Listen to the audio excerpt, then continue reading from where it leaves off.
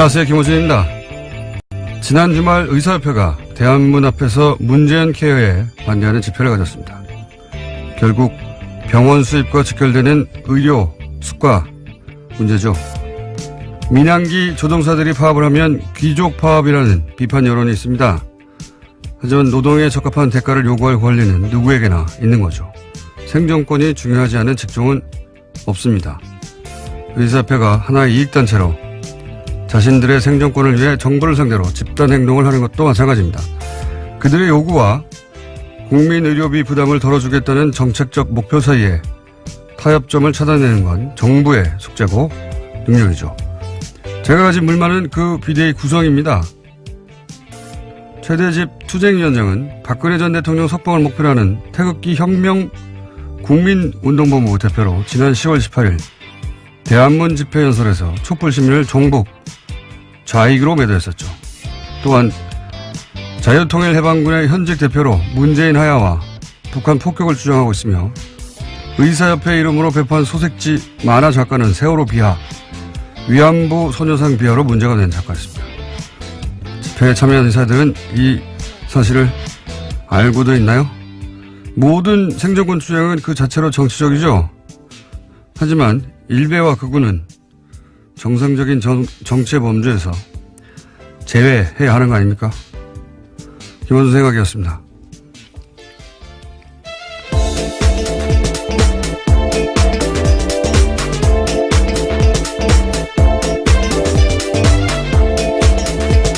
시사인의 김은지입니다. 네. 의사협회 집회 그 자체는 저는 문제가 없다고 생각하는데, 예. 예를 들어서 그 만화 작가는 SNS를 이런 식으로 하던 작가예요. 서울에서 가장 맛있는 돼지고기집이라 단원한다. 여기서 네. 단원은 단언 아니냐. 이렇게. 그런 논란이 불렸었죠. 예, 그게 아니다. 단원고라고.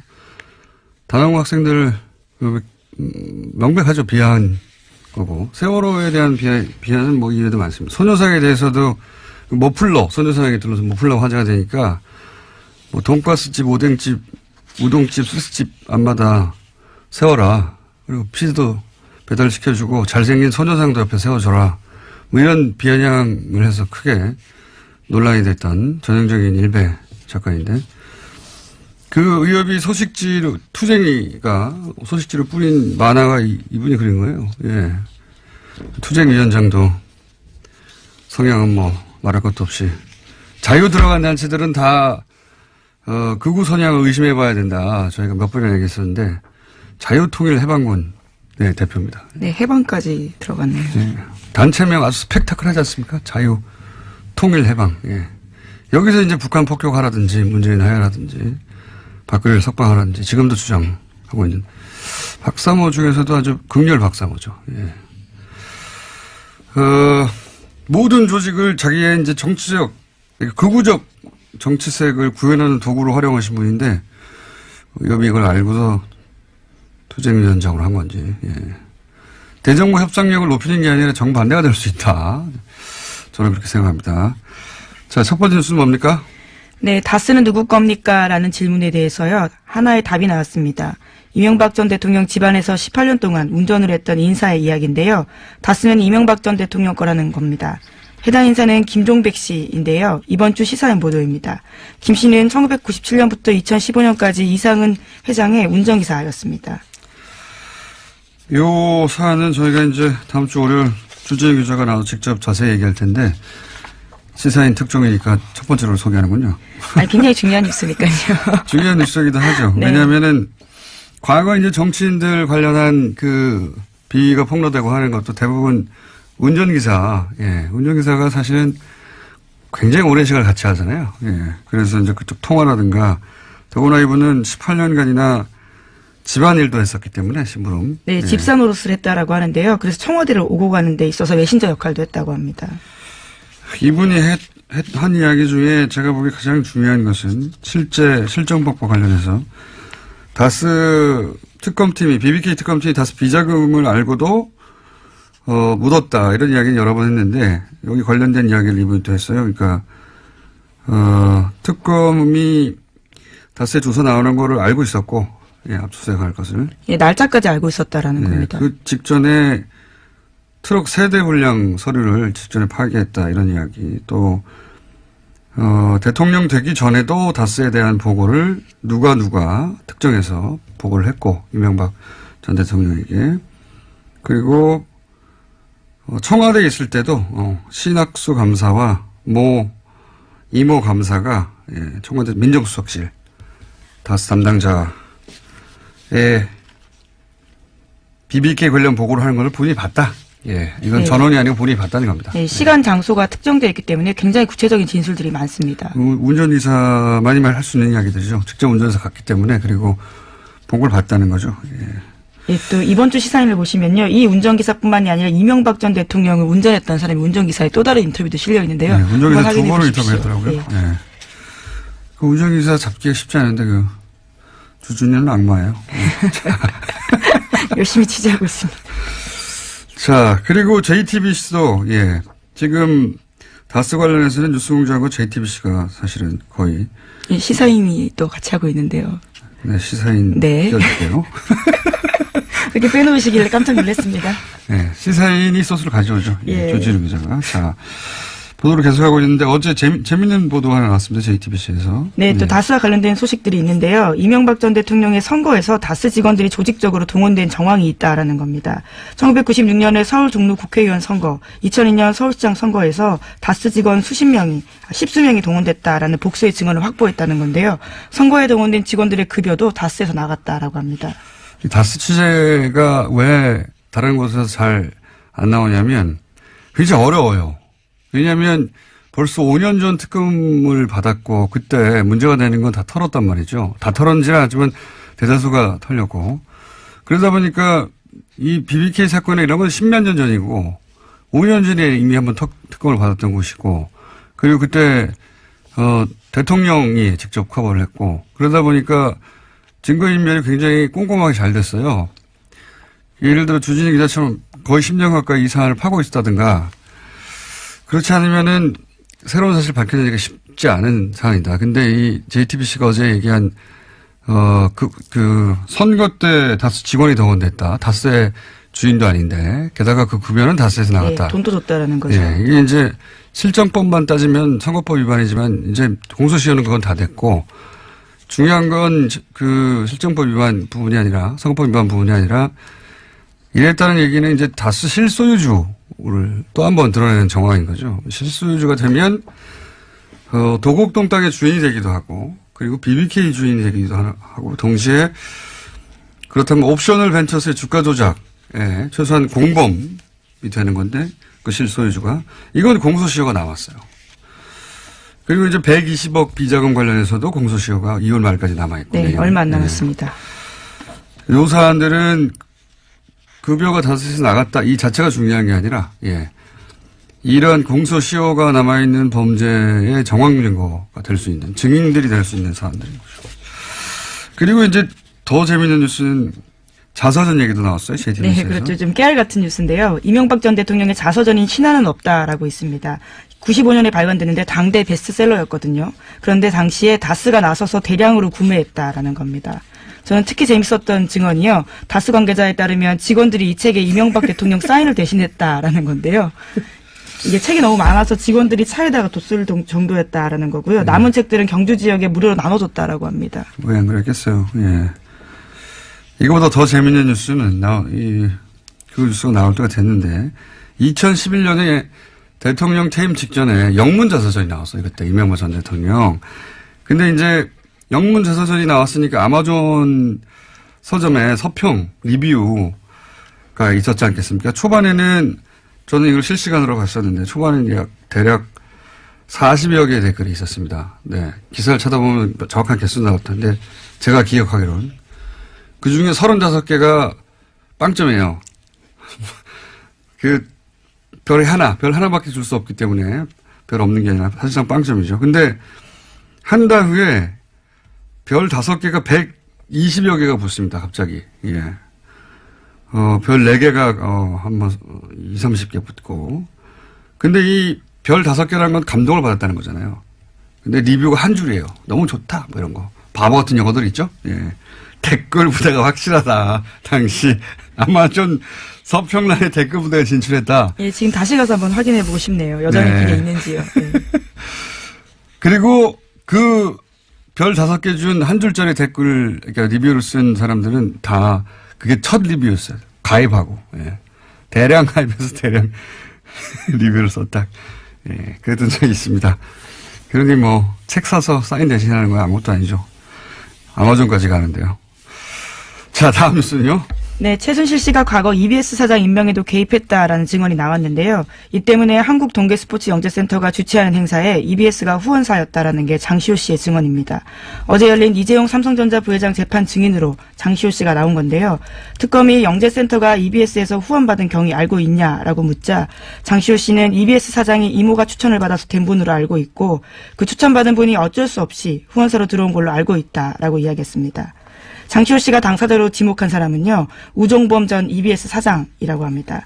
게다가 장시호 씨는 삼성 관련된 추가 증언도 했는데요. 지난해 10월 달에 사건이 본격적으로 보도되기 직전에 최순실 씨가 삼성에서 영재센터의 3차 후원금을 받으려고 시도했다라고 합니다. 새로운 사실들 몇 가지가 나왔는데, 왜 이제 국정원 부하직원은 구속되고 간부는 영장이 기각돼서 그 부하직원이 불만을 품고 국정원 가짜 사무실 건이 더 큰 건이 폭로된 바 있지 않습니까? 그렇죠. 댓글 TF가 폭로됐죠. 장시호 법적 구속의 메시지 효과가 이제 검찰수사 협조해봐야 소용없다.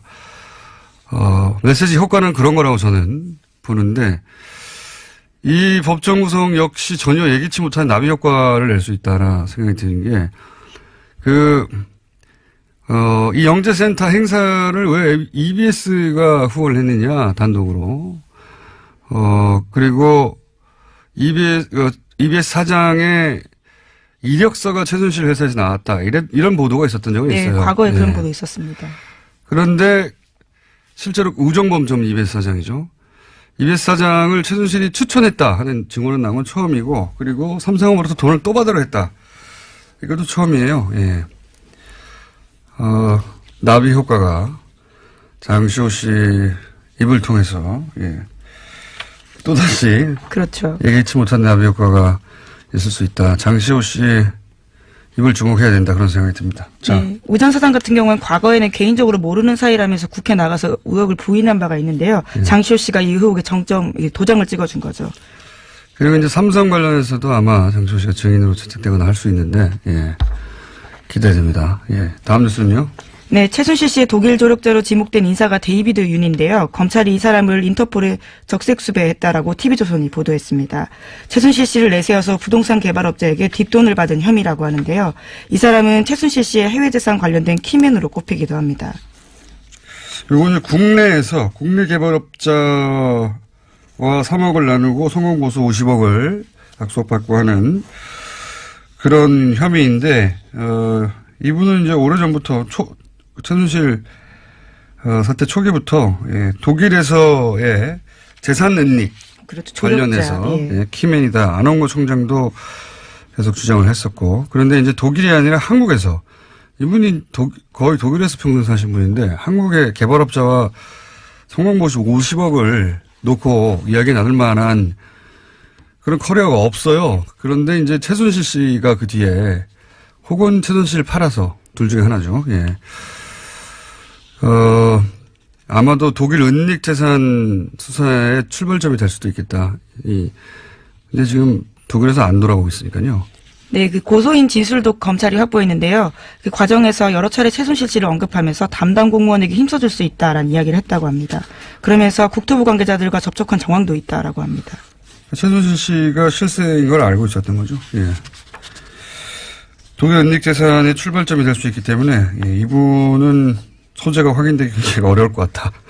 저는 그렇게 생각이 되고. 현재 여권은 무효화시켰다라고 합니다. 검찰에서요. 예. 아니면 독일에만 있으면 되니까요. 예. 그리고 EU가 내에만 있어도 되니까. 안홍구 총장님 독일 가겠네요, 또. 자, 다음 뉴스는요. 네, 우병우 전 민정수석이 출판문학계 블랙리스트에도 관여했다라는 한국일보 보도인데요. 서울중앙지검 국정원 수사팀은 어제 우 전 수석에 대해서 사전구속영장 청구했습니다. 그런데 여기에요, 과학계 불법 사찰뿐만 아니라 출판문학의 사찰 내용까지 포함됐다라고 합니다. 우 전 수석은 지난해 7월 달에 한국출판문화산업진흥원이 발표했던 세종도서와 관련해서요. 소위 좌편향으로 분류되는 도서와 저자들을 사찰하고 검열하도록 국정원을 독려했다라고 합니다. 당시 세종도서에는 윤희상 평전과 세월호 참사를 다룬 서적 등이 포함됐다라고 합니다. 이 정도 되면 네, 관여 안 한 게 뭐냐 이렇게 물어야 돼요. 안 한 게 없어요. 출판까지 참. 이 영장까지 기각이 되면 저는 이번에는 영장 판사들이 중요한 시험대에 올랐다 이렇게 봅니다. 이 영장까지 기각되느냐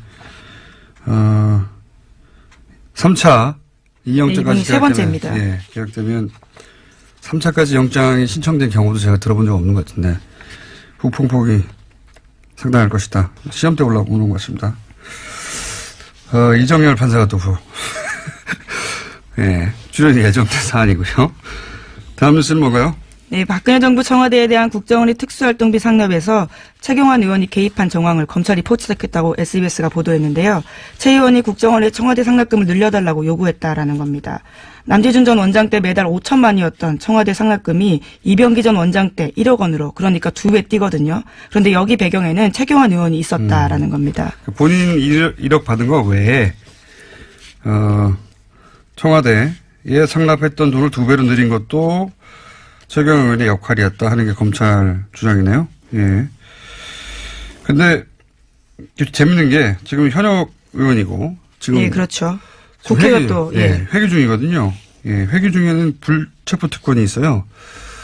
그래서 이제 국회에서 과반 출석의 과반 동의로 그렇죠. 이 체포 동의안이 통과돼야 되는데 통상의 상황이라면 이제 자유한국당이 결사 반대할 텐데, 근데 이제 정권이 탄압한다면서 굉장히 큰 소재를 쓰겠죠. 근데 지금은 이제 홍준표 대표의 이제 친박 청산에 도움이 되는 사안이거든요. 그래서 불체포 동의안에 대한 자유한국당의 스탠스가 어떻게 될 것인지 매우 재밌는 관전 포인트입니다. 네. 네, 게다가 오늘도 원내대표 선거가 있어서 당이 어떤 식으로 재편될지가 정해질 것으로 보입니다. 자, 약 2분 정도 저희가 브리핑 시간이 남았습니다. 다음 뉴스는 짧게 하죠.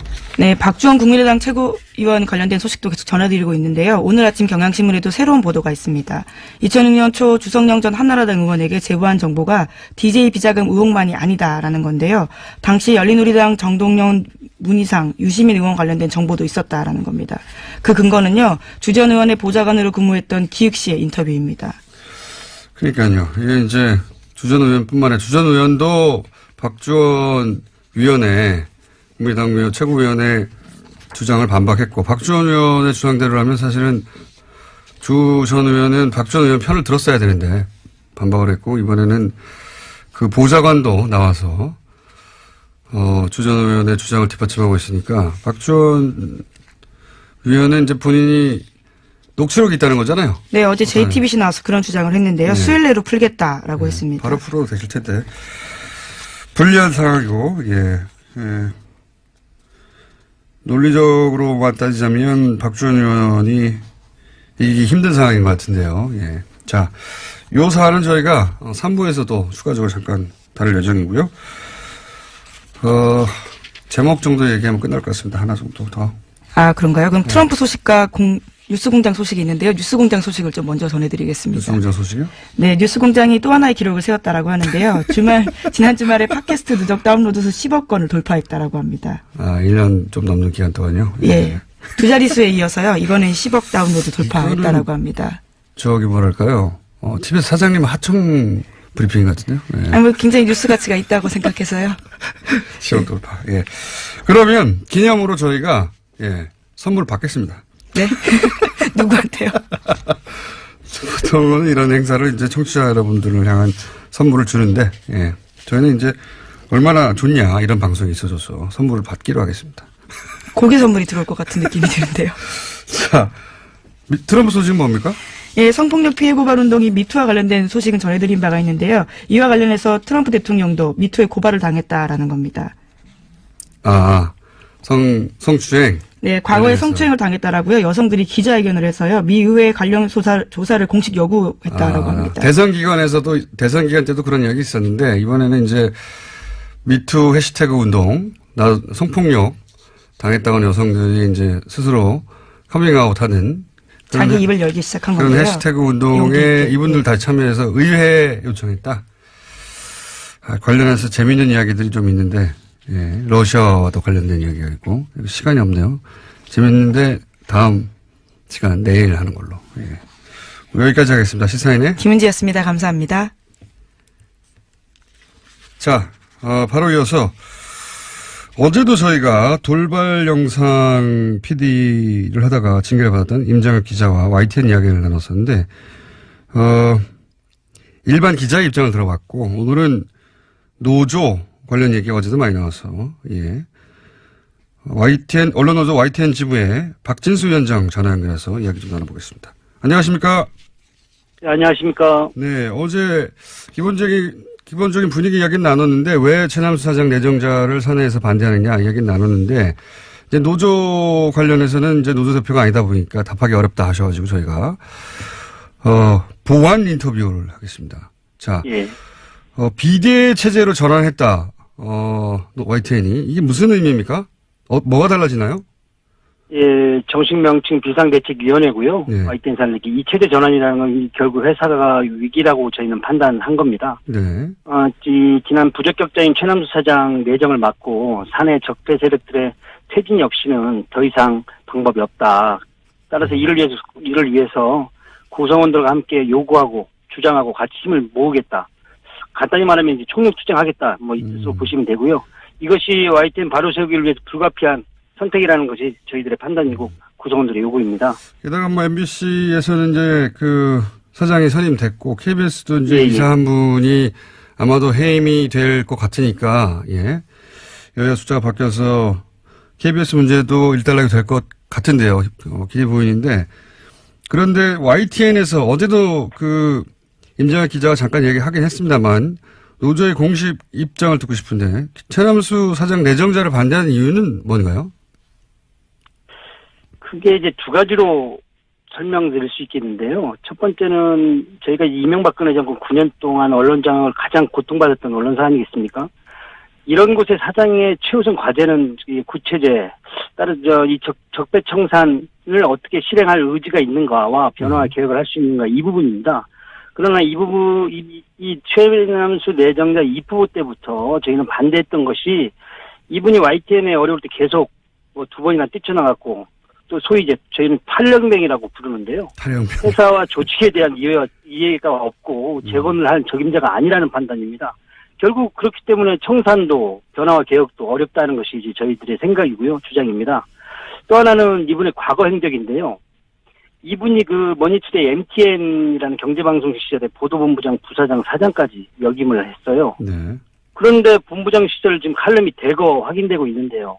어제도 뭐 임장혁 기자가 말씀드렸지만 이명박 재산 헌납 발표에 뭐 위대한 부자의 아름다운 선행이라고 한다든가 예. 하대강을 잘 마무리해서 자전거도로 연결되는 것이 꿈만 같다고 이렇게 얘기를 한다든가 금방 갔다. 그리고 허위사실로 밝혀진 노무현 논두렁식의 이런 걸 조롱한다든가 도저히 개혁 인사라고도 볼 수 없고 그리고 촛불 항쟁의 결과물로 나타난 리더인지 납득이 안 간다는 거죠.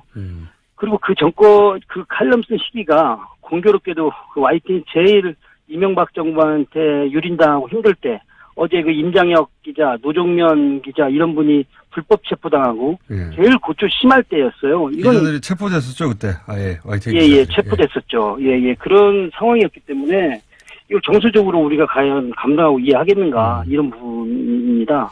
노조에서는 그 9년간 최소한 3년 이상 보직을 맡았던 간부들은 보직 보류, 해임도 아니고, 보직 보류를 요청하고 있는 걸로 아는데, 이에 대해서 최남수 내정자의 입장을 들어보고 방향을 결정하겠다. 그게 뭐, 네. 얼마 전에 보도했던 걸 기억하는데, 입장이 어떻게 나왔나요?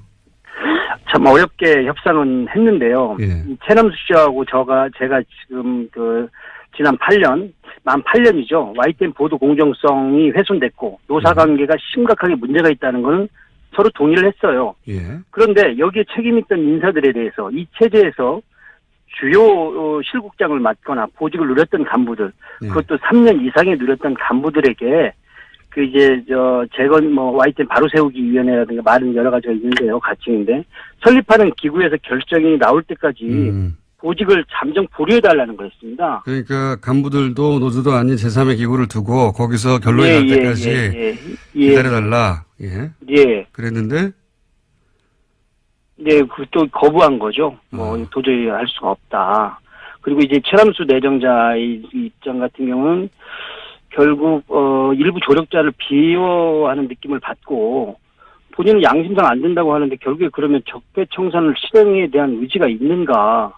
그리고 구체제 인사들과 손을 잡고 가겠다는 의사가 아닌가 이렇게 저는 판단하고 있습니다.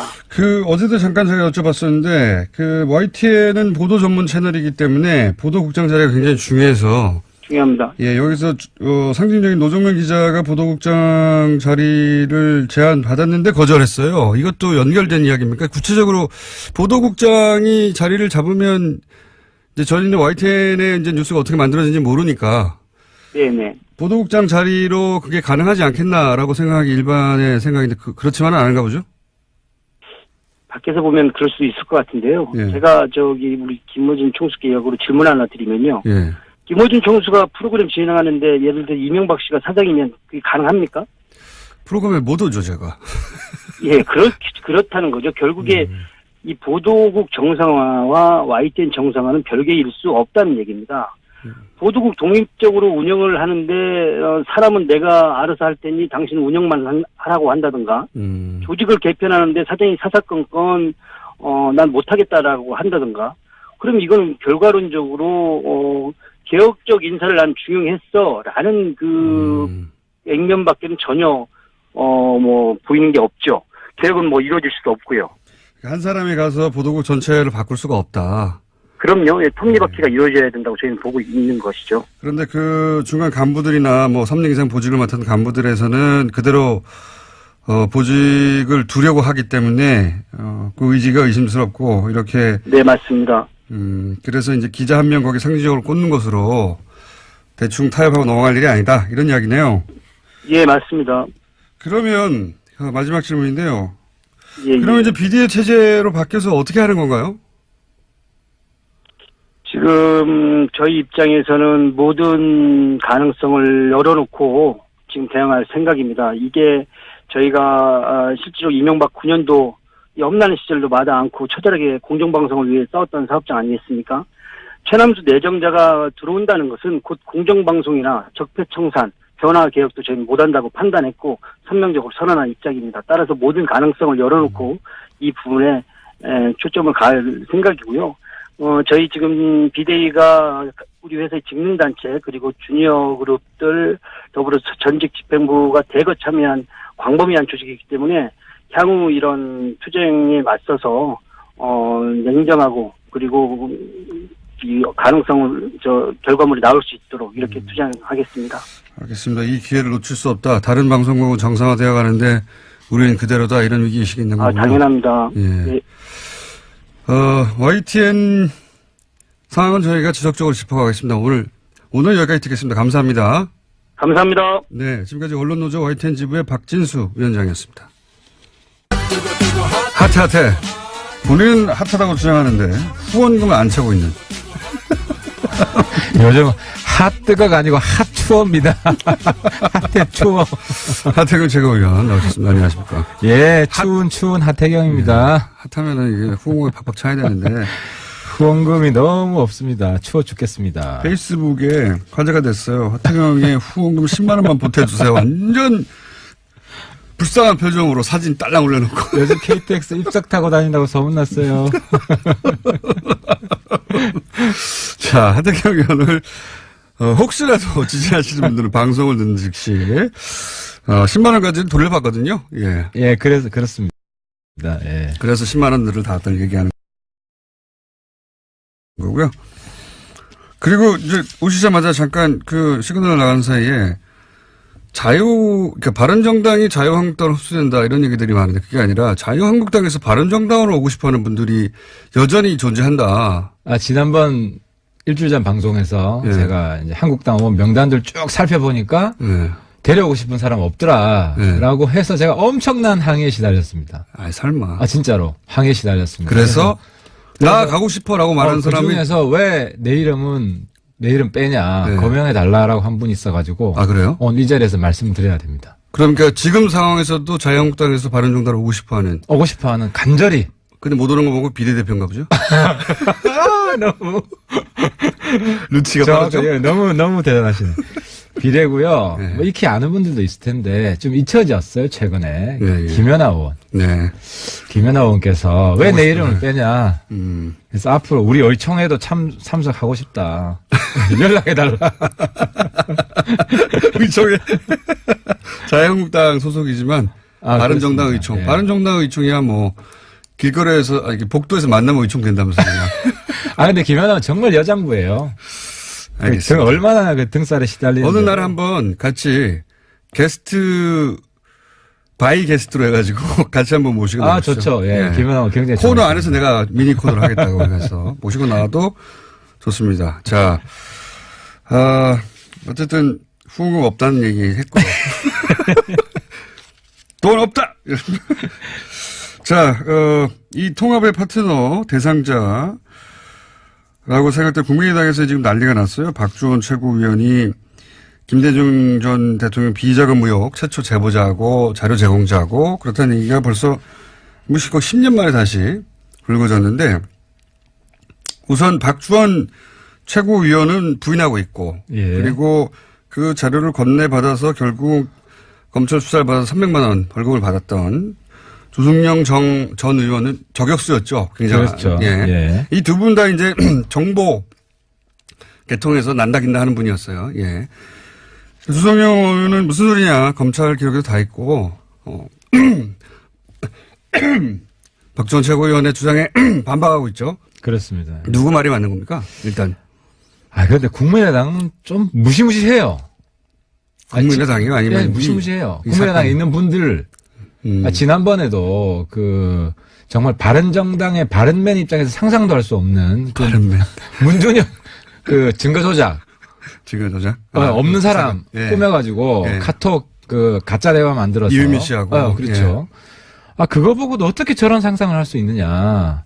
참고로 저는 다 무혐의 결론 났어요. 저도 문준영 리스트 이런 거 폭로한 게 좀 있는데 저는 아무 관계 없습니다. 증거 조작이랑. 근데 요번에도 보니까 박주원 최고죠. 예.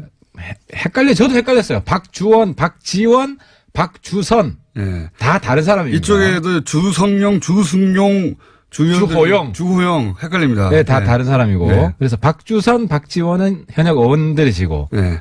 지금 박주원은 최고위원. 안산시장 출신의 최고위원. 최고위원입니다. 현역 의원은 아니고. 원래 의원. 근데 예. 박주원 이분이 홍준표 측근이에요. 그렇죠. 홍준표 경남도지사 할 때. 선거할 때 캠프에 있었죠. 홍보단장인가 예. 했어요. 그래서 성완종 예. 그 돈하고도 연결돼 있죠. 연결돼 있는 분이에요. 검찰 라인이기도 하고. 완전히 빅마우스입니다, 이분. 그리고 빅마우스인데. 이제 정보통으로 유명했던 분이고. 그렇죠. 예. 제가 볼 때 이분이 가지고 있는 리스트 엄청 많을 것 같아요. 그래서 이번에도 그게 다가 아니라고 또 얘기가 나왔죠. 그렇죠. 추가로. 예. 그래서 국민의당 내에서도 박지원이 어떤 폭탄을 터뜨릴지에 대해서 예. 불안해하는 분들이 있겠다. 이분 그래서 이제 거슬러 와서 왜 영입했냐까지 얘기가 이제 거슬러 가고 있는데. 그렇죠. 네. 근데 누구 말이 맞는 겁니까 지금? 남 탓할 게 아니라 예. 이분은 직선제로 최고위원이 된 분이에요. 그렇죠. 물론. 당원들이 뽑은 거예요. 근데 이제 그 당원들이 그 박지원 최고위원이 이제 친 안철수계로 분류되고 하니까. 본인은 이제 친한 결이라고 이제 표방을 네. 해왔죠. 왜냐하면 네. 최고위원 당선되기 위해서는 안 대표 표가 필요하니까. 어쨌든 영입도 안철수 대표가 했어요. 예. 근데 아무튼 네. 이번에 전 안 대표 칭찬 좀 할게요. 제가 욕 들을 것 같은데. 예. 지난번에 이유미 증거조작 때는 막 허둥지둥 대다가 예. 실기하고 욕 다 들었잖아요. 예. 나중에 사과했는데 한참 타이밍 있다가 늦었고. 사과했고. 또 이번에는 최고위원 바로 사퇴시켰어요. 알고 있었나요? 그러니까 신속하고 단호하게. 그러니까 제가 볼 때는 안 대표가 근데 그 파장이 다르지 않습니까? 그때는 문재인 대통령이라고 하는 본인의 정치적 라이벌이라고 본인은 생각하는 그 상대를 향한 것이었고, 이번에는 국민의당 존립이 흔들리는 거예요, 이건. 그래서 네, 스스로. 최근 지난번에 안 대표 책사가 많다 그랬잖아요. 네. 요즘 안 대표 책사가 전 것 같은데. 왜냐하면 제가 반한국당 연대 해야 된다. 반문 연대 아니다. 며칠 뒤에 안 대표가 반한국당 연대다. 바른정당 연대는 성격을 분명히 했어요. 당분간은. 자유한국당이 해체되기 전에는. 그래서 예. 제가 이제 안 대표한테 팁을 하나 더 드리면 국민의당 내에서 DJ 정신을 훼손하는 사람은 가만두지 않겠다. 단호하게 선언해야 됩니다. 말하면 뭐합니까? 이미 이런 일이 벌어졌는데. 아니 최고위원 날렸잖아. 사후 약방문. 아 최고위원 이미 몰랐기 때문에 몰랐다고 쳐줘야지. 이걸 몰랐다고 쳐줘야지. 아니 이런 얘기는 사실 정가에서는 오래전부터 있었어요. 그거는 우리 정보통만 알지. 우리는 잘 몰라요. 최순실도 사전에 몰랐던, 우리 같은 사람 잘 몰랐던 거고. 근데 의원님만 모르는 겁니다, 그러면. 이번에 DJ 정신을 훼손하는 사람 단호하게 척결한다는 분명히 그리고 하고. 한 가지 오해라기보다는 이제 말장난이라고 그러는데 그걸 짚고 넘어가면 자유한국당과 통합한다는 게 아닙니다. 자유한국당 이후에 어떤 모델과 통합한다는 거지. 보수를 흡수하는. 그러니까 자꾸 반자유한국당이라고 그러니까 보수하고는 연결 안 되나 보다 이렇게 자꾸 생각하는데 그게 아니라 국민의당도 그리고 아마도 바른정당도 자유한국당 이후의 보수 지형을 그러니까.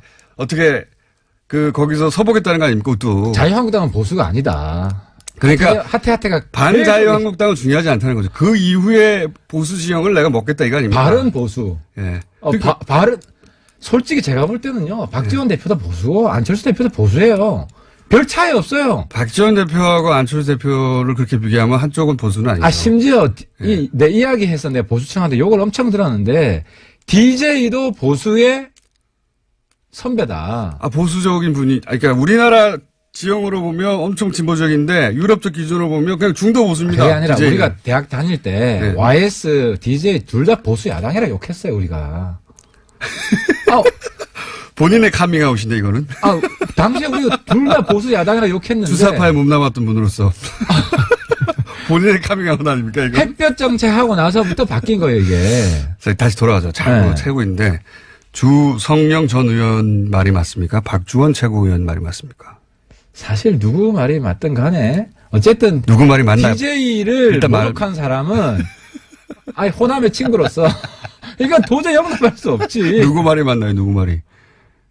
더 맞을 것 같다. 개인적인 생각은. 지금 아무래도 주성영 대표 쪽에 말이 맞겠죠. 굉장히 어렵게 얘기해요. 이 사건으로 가장 이득을 보는 쪽은 누굽니까? 안철수계 혹은 반통합파. 저는 안철수 대표, 박지원 둘 다 이득을 본다고 봅니다. 왜냐하면 박지원 대표는 단호하게 이 문제를 지적을 처음에 한 사람으로서 호남을 대변하고 있다는 이미지를 얻었고 안철수 대표도 신속하게 단호하게 최고위원 사퇴를 시킴으로써 안초딩에서 이제 안중딩 정도로 올랐다.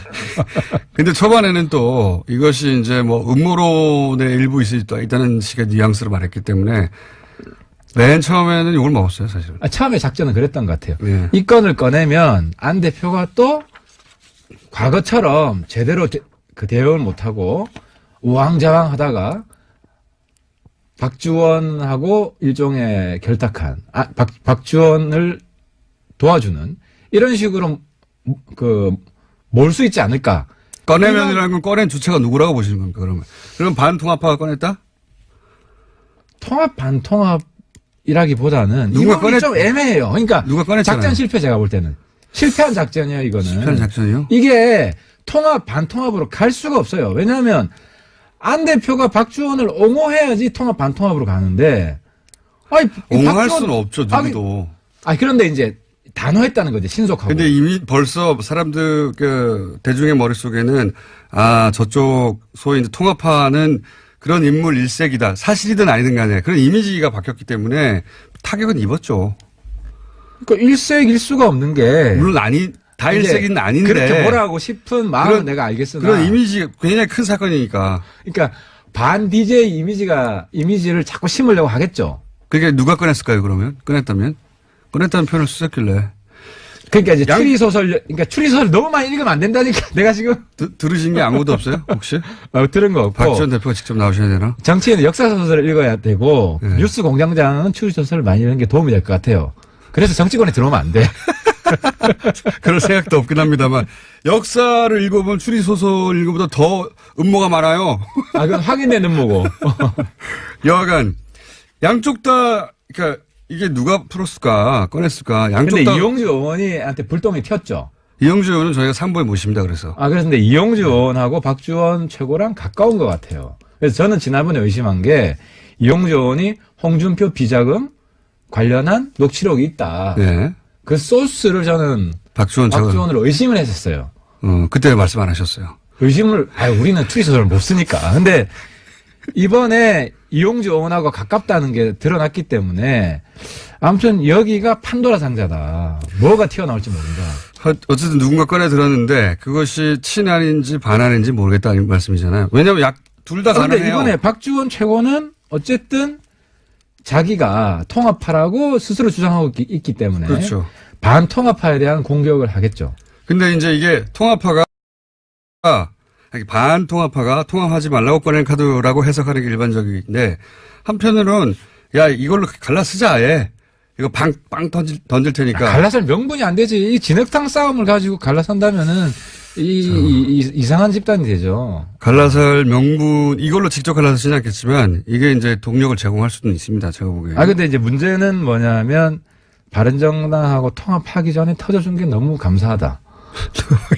왜냐면 이 통합하고 난 뒤에 터졌으면. 통합하기가 너무 어려운 게 이게 터졌을 수도 있어요. 통합하고 나서 터졌으면은 이 감당이 안 돼요, 이게. 통합하고 나면 안 터졌죠.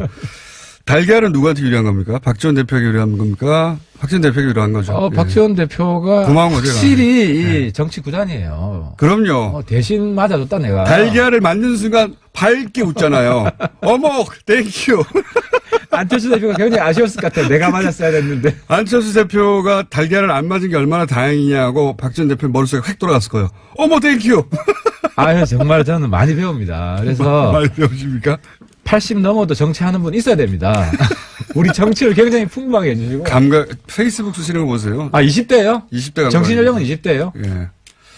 선거나, 제가 이제 이분하고 얘기를 해보면, 선거할 때 진짜 피곤하잖아요. 선거할 때? 예, 선거 유세나 이럴 때, 선거 그렇죠. 때. 진짜 피곤하거든요, 후보들은. 제정신이 아니에요. 이분은 선거만 하면 너무 즐겁다는 힘이 나고, 에너지가 넘치고, 피부가 좋아지고 막. 그러니까 정치를 즐기는 분이세요. 그런 분입니다. 네, 정치를 즐깁니다. 그런 분인데 혹시 이 국면, 이 박지원 국면이 재신임까지 갈 거라고 보십니까? 어떻게 결론 날 거라고 보세요? 이 정도로 적당하게 무마된다? 이거를 재신임까지 몰고 가면 안 대표가 유리합니다. 왜냐면 명분이 약한 거를 과도하게 밀어붙이면 역풍이 불 수밖에 없고. 명분이 약하진 않아요. 호남에서는. 그러니까 박지원을 옹호했으면 당연히 재신임으로 가는데. 이런 정도의 레토릭이야. 정치인이면 다 하죠. 그럼 잘했다고 합니까? 못했다고 하죠. 자, 하나 더 해야 되겠습니다. 오늘 시간이 짧고 늦게 오셨거든요. 네. 왜냐면은 KTX 제일 싼 시간대로 오시느라고. 첫 시간. 후원금이 떨어져가지고. 네. 그래가지고 한 10분 늦으셨어요. 자, 자유한국당 원내대표 한성교, 김성태, 홍문종 새 후보로 압축됐는데 우선 전망 그리고 희망 둘 다 얘기해 주세요. 한마디만 하면. 누가 될 것 같다 하고 누가 됐으면 좋겠다. 이 시사점은 결론은 홍준표 수령놀이 끝났다. 끝났다? 홍준표 포갑시대 끝났다. 끝났으면 좋겠다예요? 아니면? 끝났어요. 왜 끝났냐면은 친홍으로 분류되는 김성태 후보가 나는 친홍이 아니다. 그러니까 지금 친홍이라고 해봐야 득표에 전혀 도움이 안 된다. 라고 생각해서. 새 후보 중에 친홍 후보 아무도 없어요. 하지만 뒤쪽으로 손잡고 있는 건 맞잖아요. 그러니까 언제든 칠 수 있는 관계다. 그러니까 뒤로만 손잡고 앞으로는 손 못 잡는 거죠. 그럼 전망. 세 분 중에 한 사람. 아마도 이게 결선 투표까지 갈 것 같은데. 제가 볼 때는. 결선 투표에서 어떻게 결론납니까? 김성태 후보가 홍 대표를 하태하태처럼 때리면 된다. 아니, 그럴 리는 없으니까. 자, 전망 누가 됩니까? 반쯤 때렸어. 누가 됩니까? 제가 된다고 하는 사람이 떨어질 것 같아가지고. 상관없잖아요. 제가 확실한 거는. 한성교 이주영 팀 혹은 김성태 팀이 되는데 그거 누구나 할 수 있는 근데 얘기고요. 김성태 팀이 네. 잘못 러닝메이트를 골랐어요. 음. 저 누가 러닝메이트가 됐으면 좋겠다. 한선교, 홍문종. 저는 사실 둘 중에 누가 돼도 네. 저랑 다 뭐 우호적인 관계여서 반홍연대가 아무런 강화되고 예언도 없이 하태경 의원이었습니다. 감사합니다. 예, 히읗이 됩니다. 안녕하세요. 김호준입니다. 지난 주말 의사협회가 대한문 앞에서 문재인 케어에 반대하는 집회를 가졌습니다. 결국 병원 수입과 직결되는 의료, 수가 문제죠. 민항기 조종사들이 파업을 하면 귀족 파업이라는 비판 여론이 있습니다. 하지만 노동에 적합한 대가를 요구할 권리는 누구에게나 있는 거죠. 생존권이 중요하지 않은 직종은 없습니다. 의사협회가 하나의 이익단체로 자신들의 생존권을 위해 정부를 상대로 집단 행동을 하는 것도 마찬가지입니다. 그들의 요구와 국민의료비 부담을 덜어주겠다는 정책적 목표 사이에 타협점을 찾아내는 건 정부의 숙제고 능력이죠. 제가 가진 물만은 그 비대의 구성입니다. 최대집 투쟁위원장은 박근혜 전 대통령 석방을 목표로 하는 태극기 혁명 국민운동본부 대표로 지난 10월 18일 대한문 집회 연설에서 촛불 시민을 종북, 좌익으로 매도했었죠. 또한 자유통일해방군의 현직 대표로 문재인 하야와 북한 폭격을 주장하고 있으며 의사협회 이름으로 배포한 소색지 만화 작가는 세월호 비하, 위안부 소녀상 비하로 문제가 된 작가였습니다. 집회에 참여한 의사들은 이 사실을 알고도 있나요? 모든 생존권 주장은 그 자체로 정치적이죠. 하지만 일베와 극우는 정상적인 정치의 범주에서 제외해야 하는 거 아닙니까? 김원준 생각이었습니다.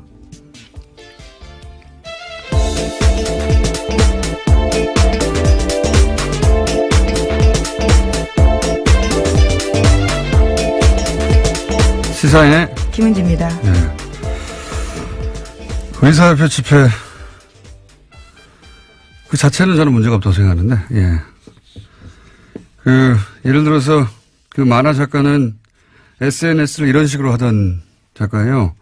서울에서 가장 맛있는 돼지고기 집이라 단원한다. 여기서 단원은 단언 아니냐. 이렇게. 그런 논란이 불거졌었죠. 그게 아니다. 단원고라고.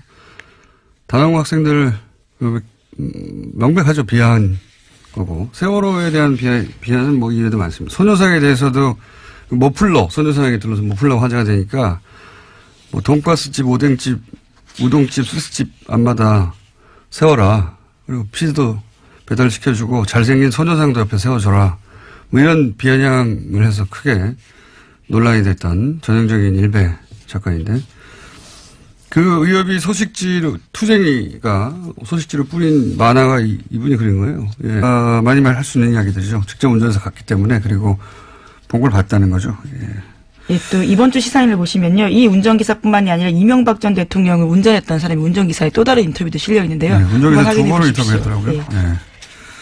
그 운전기사 잡기가 쉽지 않은데 그 주준이는 악마예요.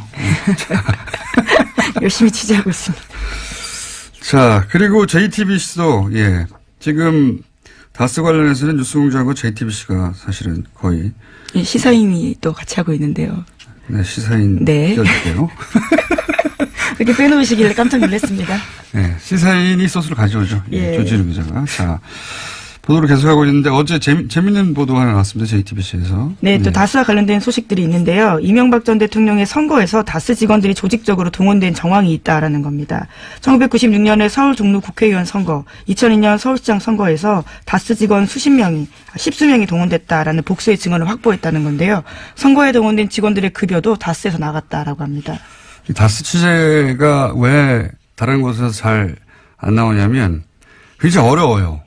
왜냐하면 벌써 5년 전 특검을 받았고 그때 문제가 되는 건 다 털었단 말이죠. 다 털었는지는 하지만 대다수가 털렸고 그러다 보니까 이 BBK 사건에 이런 건 10몇 년 전이고 5년 전에 이미 한번 특검을 받았던 곳이고 그리고 그때 대통령이 직접 커버를 했고 그러다 보니까 증거인멸이 굉장히 꼼꼼하게 잘 됐어요.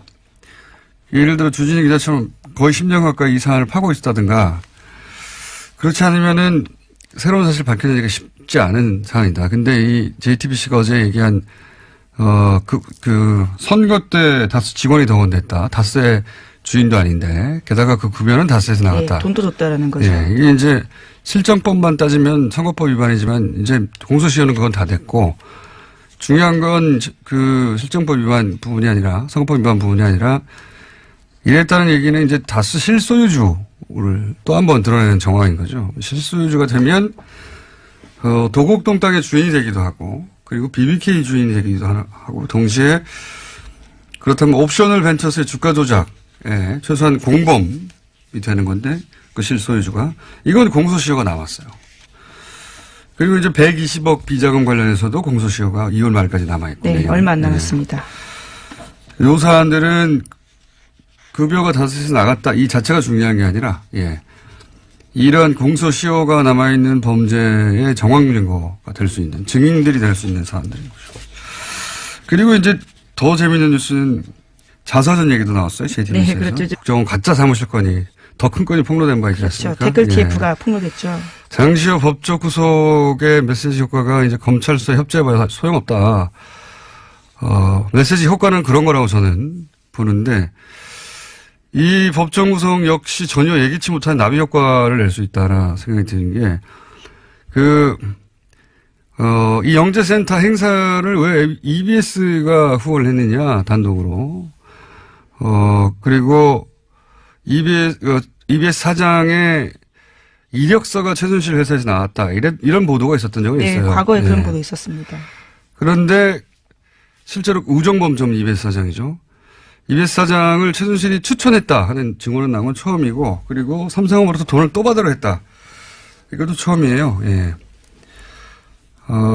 나비 효과가 장시호 씨 입을 통해서 또다시 그렇죠. 예기치 못한 나비 효과가 있을 수 있다. 장시호 씨 입을 주목해야 된다. 그런 생각이 듭니다. 자. 네, 우전 사장 같은 경우는 과거에는 개인적으로 모르는 사이라면서 국회 나가서 의혹을 부인한 바가 있는데요. 장시호 씨가 이 의혹의 도장을 찍어준 거죠. 그리고 이제 삼성 관련해서도 아마 장시호 씨가 증인으로 채택되거나 할 수 있는데 기대됩니다. 다음 뉴스는요. 네, 최순실 씨의 독일 조력자로 지목된 인사가 데이비드 윤인데요. 검찰이 이 사람을 인터폴에 적색 수배했다라고 TV조선이 보도했습니다. 최순실 씨를 내세워서 부동산 개발업자에게 뒷돈을 받은 혐의라고 하는데요. 이 사람은 최순실 씨의 해외재산 관련된 키맨으로 꼽히기도 합니다. 이거는 국내에서 국내 개발업자와 3억을 나누고 성공보수 50억을 약속받고 하는 그런 혐의인데 이분은 이제 오래전부터 최순실 사태 초기부터 독일에서의 재산 은닉 그렇죠. 관련해서 키맨이다. 안홍구 총장도 계속 주장을 했었고 그런데 이제 독일이 아니라 한국에서 이분이 거의 독일에서 평생 사신 분인데 한국의 개발업자와 성공보수 50억을 놓고 이야기 나눌 만한 그런 커리어가 없어요. 그런데 이제 최순실 씨가 그 뒤에 혹은 최순실을 팔아서 둘 중에 하나죠. 아마도 독일 은닉 재산 수사의 출발점이 될 수도 있겠다. 근데 지금 독일에서 안 돌아오고 있으니까요.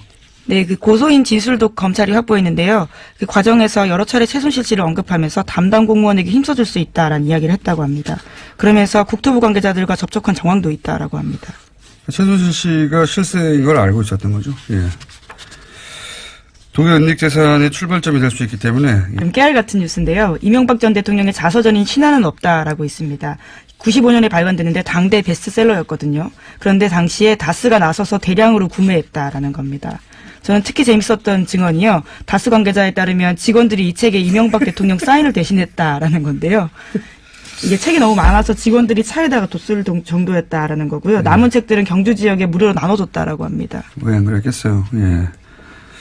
이거보다 더 재밌는 뉴스는 그 뉴스가 나올 때가 됐는데 2011년에 대통령 퇴임 직전에 영문자서전이 나왔어요. 그때 이명박 전 대통령. 근데 이제 영문자서전이 나왔으니까 아마존 서점에 서평, 리뷰가 있었지 않겠습니까? 초반에는 저는 이걸 실시간으로 봤었는데 초반에는 대략 40여 개의 댓글이 있었습니다. 네. 기사를 찾아보면 정확한 개수 나올 텐데 제가 기억하기로는. 그 중에 35개가 빵점이에요. 별 하나밖에 줄 수 없기 때문에 별 없는 게 아니라 사실상 빵점이죠. 근데 한 달 후에 별 5개가 120여 개가 붙습니다. 갑자기. 예. 별 4개가, 한번 20, 30개 붙고. 근데 이 별 5개라는 건 감동을 받았다는 거잖아요. 근데 리뷰가 한 줄이에요. 너무 좋다. 뭐 이런 거. 바보 같은 영어들 있죠? 예. 댓글 부대가 확실하다. 당시. 아마 좀 서평란에 댓글 부대가 진출했다. 예, 지금 다시 가서 한번 확인해 보고 싶네요. 여전히 네. 그게 있는지요. 네. 그리고 그 별 5개 준 한 줄짜리 댓글, 그러니까 리뷰를 쓴 사람들은 다 그게 첫 리뷰였어요. 가입하고. 예. 대량 가입해서 대량 리뷰를 썼다. 예. 그랬던 적이 있습니다. 그러니 뭐 책 사서 사인 대신하는 건 아무것도 아니죠. 아마존까지 가는데요. 자, 다음 뉴스는요. 네, 최순실 씨가 과거 EBS 사장 임명에도 개입했다라는 증언이 나왔는데요. 이 때문에 한국동계스포츠영재센터가 주최하는 행사에 EBS가 후원사였다라는 게 장시호 씨의 증언입니다. 어제 열린 이재용 삼성전자 부회장 재판 증인으로 장시호 씨가 나온 건데요. 특검이 영재센터가 EBS에서 후원받은 경위 알고 있냐라고 묻자 장시호 씨는 EBS 사장이 이모가 추천을 받아서 된 분으로 알고 있고 그 추천받은 분이 어쩔 수 없이 후원사로 들어온 걸로 알고 있다라고 이야기했습니다. 장시호 씨가 당사자로 지목한 사람은요, 우종범 전 EBS 사장이라고 합니다. 게다가 장시호 씨는 삼성 관련된 추가 증언도 했는데요. 지난해 10월 달에 사건이 본격적으로 보도되기 직전에 최순실 씨가 삼성에서 영재센터에 3차 후원금을 받으려고 시도했다라고 합니다. 새로운 사실들 몇 가지가 나왔는데, 왜 이제 국정원 부하직원은 구속되고 간부는 영장이 기각돼서 그 부하직원이 불만을 품고, 투쟁위원장도 성향은 뭐 말할 것도 없이 자유 들어간 단체들은 다 극우 선양을 의심해 봐야 된다. 저희가 몇 번이나 얘기했었는데 자유통일해방군 네, 대표입니다. 네, 해방까지 들어갔네요. 네. 단체명 아주 스펙타클하지 않습니까? 자유통일해방. 예. 여기서 이제 북한 폭격하라든지 문재인 하야라든지 박근혜를 석방하라든지 지금도 주장하고 있는 박사모 중에서도 아주 극렬 박사모죠. 예. 모든 조직을 자기의 이제 정치적, 극우적 정치색을 구현하는 도구로 활용하신 분인데, 여비 이걸 알고서 투쟁위원장으로 한 건지, 예. 대정부 협상력을 높이는 게 아니라 정반대가 될 수 있다. 저는 그렇게 생각합니다. 자, 첫 번째 뉴스는 뭡니까? 네, 다스는 누구 겁니까? 라는 질문에 대해서요, 하나의 답이 나왔습니다. 이명박 전 대통령 집안에서 18년 동안 운전을 했던 인사의 이야기인데요. 다스는 이명박 전 대통령 거라는 겁니다. 해당 인사는 김종백 씨인데요. 이번 주 시사인 보도입니다. 김 씨는 1997년부터 2015년까지 이상은 회장의 운전기사였습니다. 요 사안은 저희가 이제 다음 주 월요일 주재영 기자가 나와서 직접 자세히 얘기할 텐데, 시사인 특종이니까 첫 번째로 소개하는군요. 아니, 굉장히 중요한 뉴스니까요. 중요한 뉴스이기도 하죠. 네. 왜냐하면은 과거 이제 정치인들 관련한 그 비위가 폭로되고 하는 것도 대부분 운전기사, 예, 운전기사가 사실은 굉장히 오랜 시간을 같이 하잖아요. 예, 그래서 이제 그쪽 통화라든가 더구나 이분은 18년간이나 집안일도 했었기 때문에 심부름. 네, 예. 집사 노릇을 했다라고 하는데요. 그래서 청와대를 오고 가는 데 있어서 메신저 역할도 했다고 합니다. 이분이 한 이야기 중에 제가 보기에 가장 중요한 것은 실정법과 관련해서 다스 특검팀이, BBK 특검팀이 다스 비자금을 알고도, 묻었다. 이런 이야기는 여러 번 했는데, 여기 관련된 이야기를 이분이 또 했어요. 그러니까, 특검이 다스의 주소 나오는 거를 알고 있었고, 예, 압수수색할 것을. 예, 날짜까지 알고 있었다라는 겁니다. 그 직전에 트럭 세대 분량 서류를 직전에 파기했다. 이런 이야기. 또, 대통령 되기 전에도 다스에 대한 보고를 누가 특정해서 보고를 했고, 이명박 전 대통령에게. 그리고, 청와대에 있을 때도, 신학수 감사와 이모 감사가, 예, 청와대 민정수석실, 다스 담당자의 BBK 관련 보고를 하는 걸 본인이 봤다. 예, 이건 네. 전원이 아니고 본인이 봤다는 겁니다. 네, 시간, 장소가 특정되어 있기 때문에 굉장히 구체적인 진술들이 많습니다. 운전기사